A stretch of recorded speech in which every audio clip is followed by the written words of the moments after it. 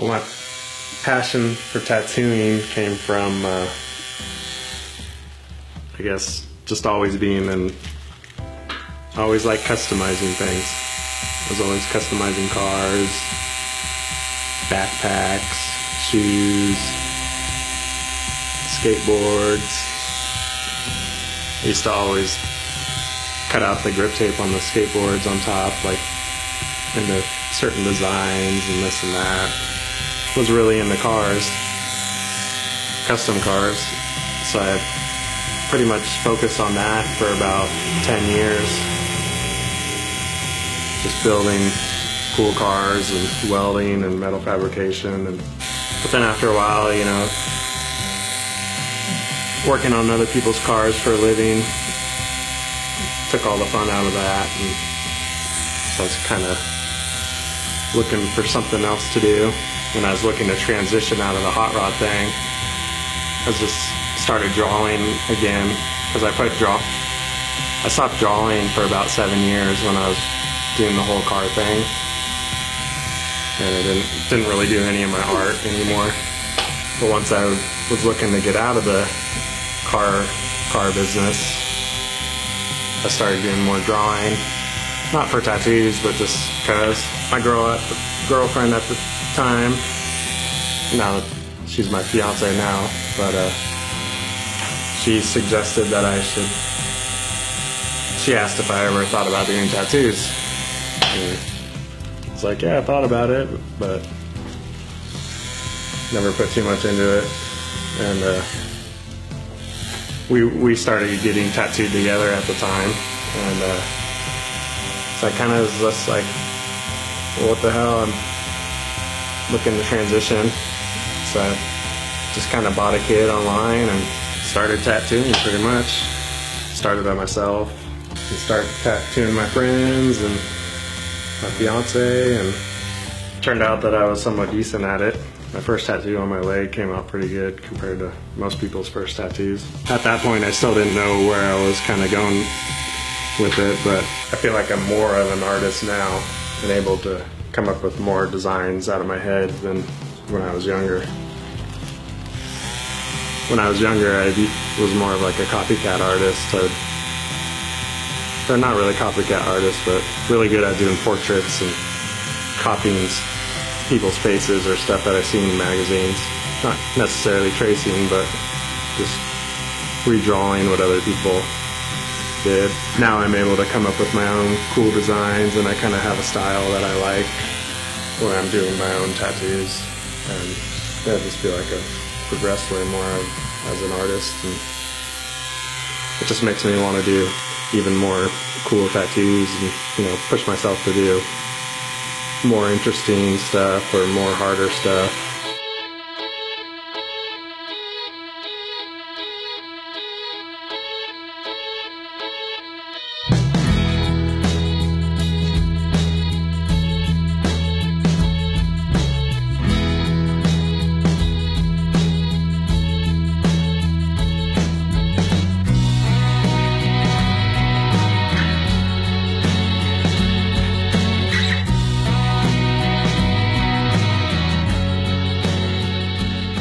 When I was looking to transition into tattooing, I already was planning on doing my own shop, just because I felt like there wasn't too many shops that were geared towards soccer moms or more high-end kind of people.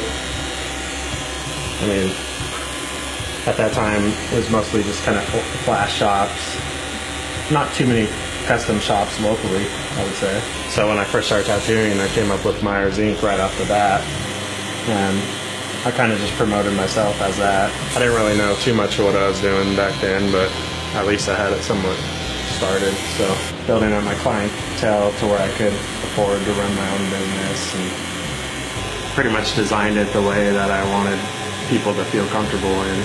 People of all walks of life to be able to come in here and not be intimidated or feel uncomfortable.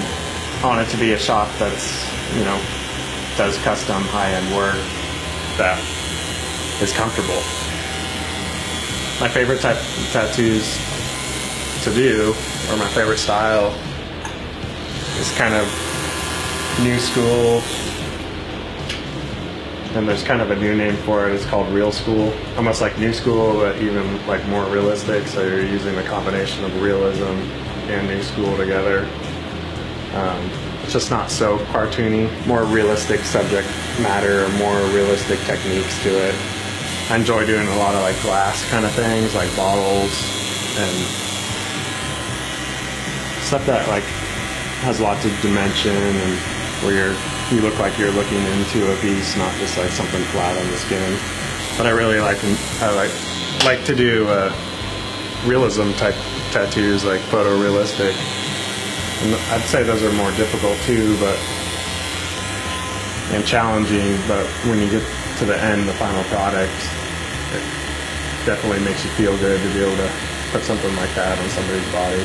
So the hardest part about opening the shop was dealing with ADA compliancy with the landlords. Everything else was pretty smooth. The whole zoning with the city went fairly smooth.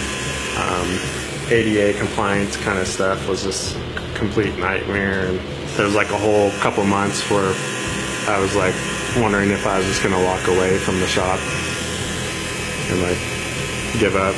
But luckily I wasn't waiting for the shop to open to do any tattoos.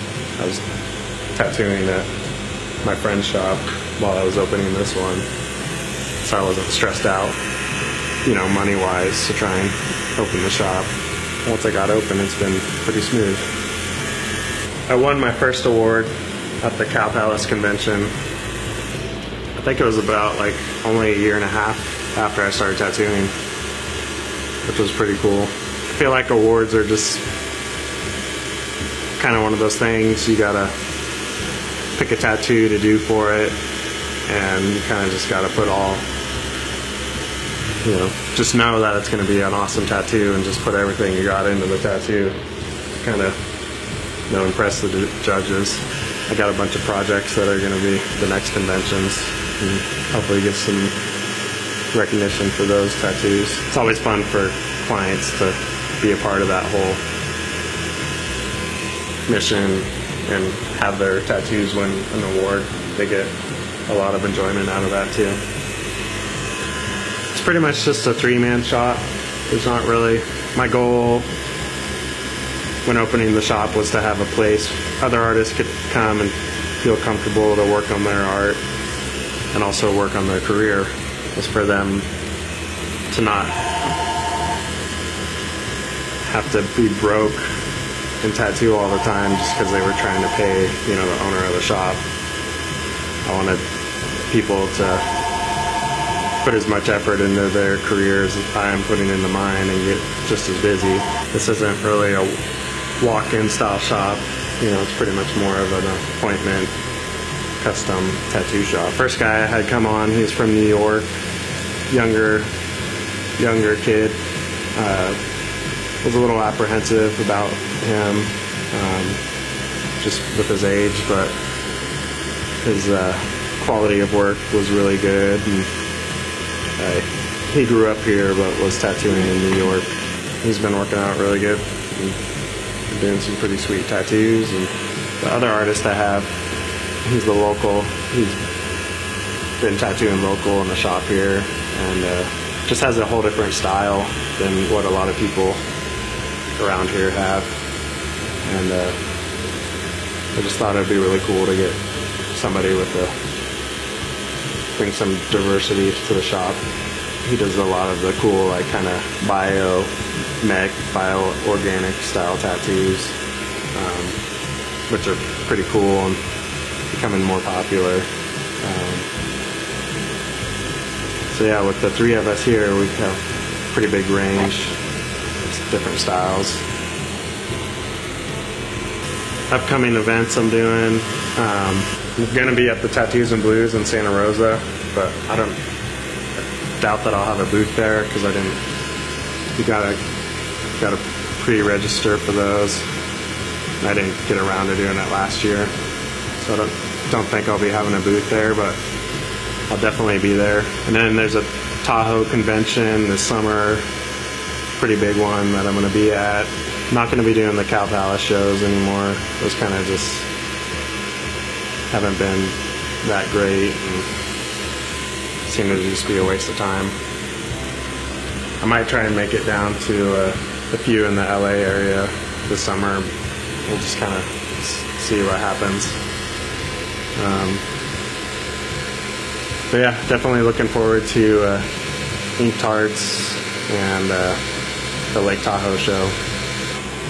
I felt like my grand opening went really well. It was basically, my grand opening was for all my clients, for all my people that supported me over, you know, my journey of tattooing, and it was kind of like a big thank you to them. And so we had food, drinks, you know, jumpy for the kids, and I think it turned out really well. Everybody was happy. Yeah, if you want to check out my work online, check out my shop Facebook page is Meyers Ink Tattoo Studio.